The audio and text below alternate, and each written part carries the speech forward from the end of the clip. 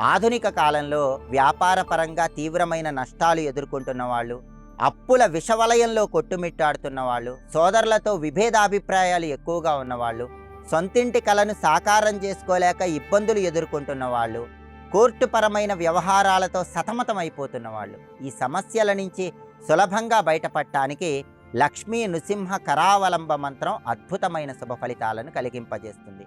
జగద్గురువులైన ఆదిశంకరాచార్యుల వారు ఈ కష్టాల సమాహారం నుంచి సులభంగా బయటపడటానికి లక్ష్మీ నృసింహ కరావలంబ మంత్రాన్ని మనకు అందించారు. ఆ అద్భుతమైన మంత్రం ఏంటంటే, శ్రీమత్ పయోనిధి నికేతన చక్రపాణే భోగీంద్ర భోగమణి రంజిత పుణ్యమూర్తే యోగీశ శాశ్వత శరణ్య భవాబ్ధిపోత లక్ష్మీ నృసింహ మమ దేహి కరావలంబం.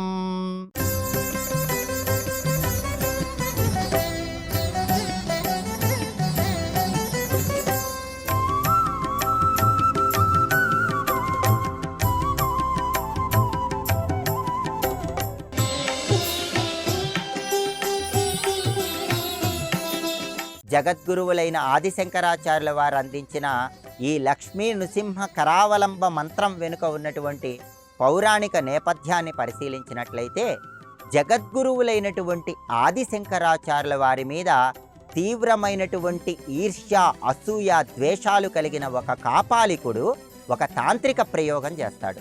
ఆ తాంత్రిక ప్రయోగ ప్రభావం వల్ల ఆదిశంకరాచార్యుల వారు అచేతనంగా మారిపోయిన తరుణంలో ఆదిశంకరాచార్యుల వారిని బలి ఇవ్వాలని ఆ కాపాలికుడు ప్రయత్నం చేస్తాడు. అప్పుడు ఆదిశంకరాచార్యుల వారికి ఎంతో ప్రీతిపాత్రుడైనటువంటి ఆయన శిష్యుడైనటువంటి పద్మపాదుడు లక్ష్మీ నరసింహస్వామి వారిని ధ్యానం చేస్తున్నప్పుడు ఆ లక్ష్మీ నరసింహస్వామి వారి శక్తి మొత్తం కూడా పద్మపాదుడి శరీరంలోకి ఆవాహన అవుతుంది. అప్పుడు లక్ష్మీ నరసింహస్వామి ప్రత్యక్షమై ఆ కాపాలికుడిని సంహరించి ఆదిశంకరాచార్యుల వారిని రక్షించారు. అప్పుడు ఆదిశంకరాచార్యుల వారు భక్తితో, తన్మయత్వంతో నరసింహస్వామి వారిని ప్రార్థిస్తూ చేసినటువంటి స్తోత్రమే లక్ష్మీ నృసింహ కరావలంబ స్తోత్రం. ఈ స్తోత్రము కలియుగంలో మానవులను కష్టాల సుడిగుండం నుంచి సులభంగా బయటకు తీసుకొస్తుందని లక్ష్మీ నరసింహస్వామి శంకరాచార్యుల వారికి వరమిస్తారు. అందుకే అంతటి శక్తివంతమైనటువంటి లక్ష్మీ నృసింహ కరావలంబ స్తోత్రంలో ఉన్న శక్తివంతమైన ఈ లక్ష్మీ నృసింహ కరావలంబ మంత్రాన్ని పఠిస్తే తీవ్రమైన కష్టం ఉన్నప్పుడు ఆ కష్టం నుంచి చాలా సులభంగా బయటపడవచ్చు. ఈ మంత్రంలో ఉన్నటువంటి అర్థాన్ని పరిశీలిస్తే, శ్రీమత్ పయోనిధి నికేతన చక్రపాణే భోగీంద్ర భోగమణి రంజిత పుణ్యమూర్తే యోగీశ శాశ్వత శరణ్య భవాబ్ధిపోత లక్ష్మీ నృసింహ మమ దేహి కరావలంబం. శ్రీమత్ పయోనిధి నికేతన అంటే అర్థం ఏంటంటే, పాల కడలిలో క్షీరసాగరంలో నివసించే శ్రీ మహావిష్ణువు స్వరూపమైన నరసింహస్వామికి నమస్కారం అనే అర్థంలో శ్రీమత్ పయోనిధి నికేతన అంటూ ప్రార్థిస్తున్నాం. చక్రపాణే సుదర్శన చక్రము చేతియందు ధరించిన విష్ణు స్వరూపమైన నరసింహస్వామికి నమస్కారము అని అర్థం. భోగీంద్ర భోగమణి రంజిత పుణ్యమూర్తే. సంస్కృతంలో భోగి అంటే పడగ అనే అర్థం ఉంది. ఇక్కడ భోగీంద్ర భోగమణి రంజిత అంటున్నాం. భోగీంద్ర అంటే పడగ కలిగినటువంటి ఆదిశేషుడు అని అర్థం. భోగమణి రంజిత, భోగమణి రంజిత అంటే పడగ కలిగినటువంటి ఆదిశేషుడి పైన ఉన్నటువంటి మణులతో ప్రకాశించేటటువంటి నరసింహస్వామికి నమస్కారము అనే అర్థంలో భోగీంద్ర భోగమణి రంజిత పుణ్యమూర్తే, పుణ్యాన్ని అనుగ్రహించే నరసింహస్వామికి నమస్కారం అని ప్రార్థిస్తున్నాం. యోగీశ శాశ్వత శరణ్య భవాబ్ధి పోత.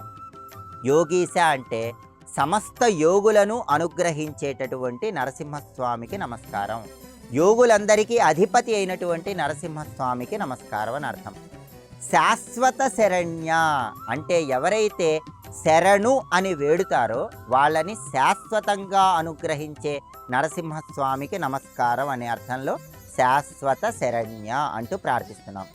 భవాబ్ధి పోత అంటే అర్థం ఏంటంటే, భవాబ్ధి అంటే సంసార సాగరం అని అర్థం.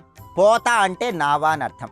సంసారం అనేటటువంటి సాగరంలో నుంచి బయటికి తీసుకువచ్చేటటువంటి నావ లాంటి నరసింహస్వామికి నమస్కారం అని అర్థం.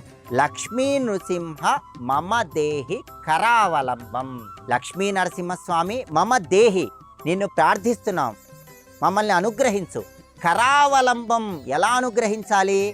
సంసార సాగరంలో చిక్కుకొని ఉన్నటువంటి మమ్మల్ని నీ చెయ్యి అందించి పైకి తీసుకొని వచ్చి అనుగ్రహించు అని ప్రార్థించటమే కరావలంబం అనే పదంలో ఉన్న అంతరార్థం. ఇక్కడ కరావలంబం అంటే అలా చెయ్యి అందించి కష్టాల నుంచి పైకి తీసుకొని రా స్వామి అనే అర్థంలో కరావలంబం అంటూ నరసింహస్వామిని ప్రార్థిస్తున్నాం.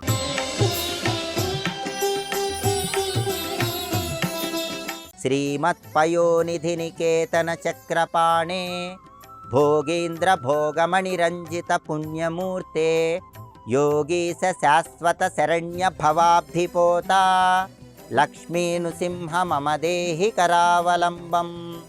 ఈ లక్ష్మీ నృసింహ కరావలంబ మంత్రాన్ని భక్తి శ్రద్ధలతో పఠిస్తే సుడిగుండాల్లాంటి కష్టాల్లో ఇరుక్కుపోయి ఉన్నప్పుడు వాటి నుంచి సులభంగా బయటపడటానికి ఈ మంత్రం అద్భుతంగా ఉపకరిస్తుంది. ఆధునిక కాలంలో తీవ్రమైన కష్టాల ఊబిలో చిక్కుకున్న వాళ్ళు ఆత్మవిశ్వాసాన్ని కోల్పోతున్న తరుణంలో ఆత్మవిశ్వాసాన్ని ప్రోధి చేసుకొని కష్టాలను అధిగమించడానికి ఈ లక్ష్మీ నృసింహ కరావలంబ మంత్రం అద్భుతంగా ఉపకరిస్తుంది.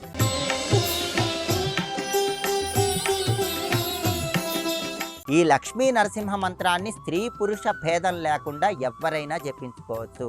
ఈ మంత్రాన్ని కేవలం మంగళవారం కానీ శనివారం కానీ జపించాలనే అపోహ కొంతమందిలో ఉంది. అది కేవలం అపోహ మాత్రమే.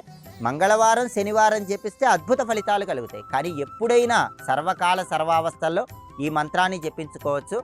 అలాగే ప్రధానంగా వైశాఖ శుక్ల చతుర్దశి తిథి అంటే నృసింహ జయంతి రోజు ఈ మంత్రాన్ని పఠించడం ద్వారా ఇంకా అద్భుతమైన శుభ ఫలితాలు కలుగుతాయి. నరసింహస్వామికి ఇష్టమైన తిథి చతుర్దశి తిథి కాబట్టి ప్రతి చతుర్దశి తిథికి సంధ్యా సమయంలో ఈ మంత్రాన్ని జపించినట్లయితే ఫలితాలు ఇంకా చాలా అద్భుతంగా ఉంటాయి. కాబట్టి అన్ని రకాలైనటువంటి కష్టాల సుడిగుండం నుంచి బయటికి రావడానికి, ప్రధానంగా రుణ బాధలు, కోర్టుపరమైన సమస్యలు, సోదరులతో విభేదాలు, సొంతింటికి సంబంధించిన ఆటంకాలు, వీటి నుంచి బయటపడటానికి ఈ లక్ష్మీ నృసింహ కరావలంబ మంత్రం చాలా అద్భుతంగా ఉపకరిస్తుంది.